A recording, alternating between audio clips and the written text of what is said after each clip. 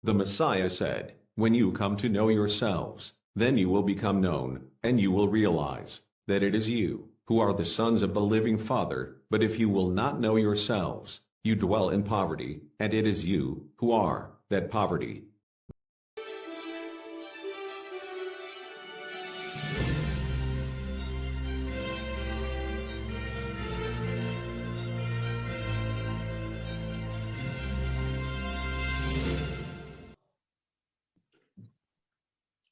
Okay. I don't think na doon mangyayari because in the first place, Putin will not go there. China will not go there. Hindi nakiisa ang dalawa sa world religion nila.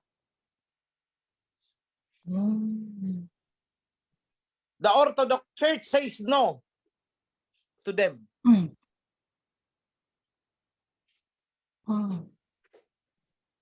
The Orthodox Church ng Russia said no to them. Salamat po. Ayun lang po nag-ano sa isipan ko nga na rin. Kaya ano. Actually, ako po yung sinasabi mong pangyayari sa Dubai, that was recent years ago. Pero ang latest, kasi no, nagplano pa lang sila, convention pa lang yon, wala pang kasunduan, wala pang mga pirmahan. Nangyari ang mga pirmahan, nito lang, itong buwan na nakatalikod, September 14, 2022. Opo. Sa Kazakhstan, nangyari. And remember, itong Kazakhstan, ito yung sinasabi ng God culture na dyan daw manggagaling ang two witnesses. Yung isa sa two witnesses sa Kazakhstan daw. If I recall it right, yung mga galing ng GC, ng God culture, alam niyo yun. Somewhere there, ang sinasabi niyang panggagalingan daw ng two witnesses at hindi daw Russia, hindi China. Ang isa daw is Kazakhstan, ang isa is galing daw dito yata sa ating bansa. So, yan ang sinasabi niya. But anyway, so hindi po dyan mamamatay ang two witnesses. In fact, what I am thinking is, pwedeng mapatay ang two witnesses sa New York. Kasi naandyan ang United Nations.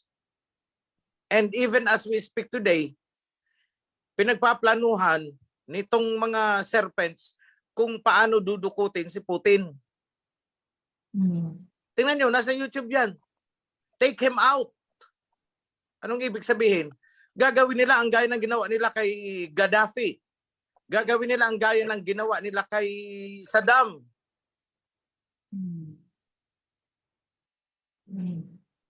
Oh, take him out. So yan po ang ano. So most likely, kasi ang sabi is, papatayin ang two witnesses sa Sodom in Egypt. So I explained that, bakit tinawag na Sodom? Because New York is a sin city. Grabe ang ano dyan, sexual immorality. So it is comparable to Sodom. Ngayon, bakit tinawag na Egypt? Because ang foundation ng New York is itinayo sa likod ng mga slavery. Remember the transatlantic slave trade? Yung dinukot nila sa Africa, dinala dyan ang iba sa New York.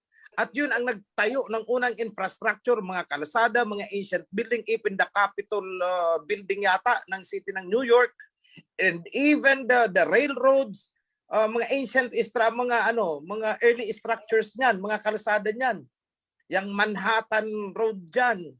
Oh, those were built at the back of the slaves. At saka itong mga slaves na to, pinagmamalupitan nila. Kaya nga, meron dyang museum sa New York kung saan nakalagay sa ilalim nun ang mga nakalibing na susun-susun na mga slaves. So walang pinagkaiba sa slavery na nangyari sa Israelites noon sa ancient Egypt. So that is why ang sabi that two witnesses will be killed in Sodom and Egypt.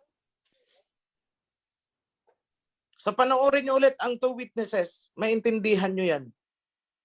In-explain ko yan doon very clearly. Bakit tinawag na Sodom and Egypt? Andon, balikan nyo yun. So tapos na ang unification of the religions, world religion. One religion na ang tawag nila ngayon. It's one religion. Everything, Buddhism, lahat, nakipag-treaty na kay Pope. And so therefore, tayong umo-oppose ang nanganganib with that. Because this religion is a powerful political machinery. Parang bukid de guerra yan eh. Parang tangke yan. Remember? Oo, religious organization sila. But remember, religion is used as a political war. War machine yan. Tingnan nyo, the Crusaders. O ano, di ba? Digmaan in the name of, religion. So nagkaisa na sila. And Pope is the king. O yan si Goliath.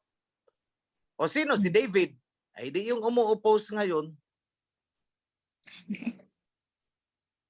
The throne of David will be revived. That's why nasa revival tayo. To fight Goliath.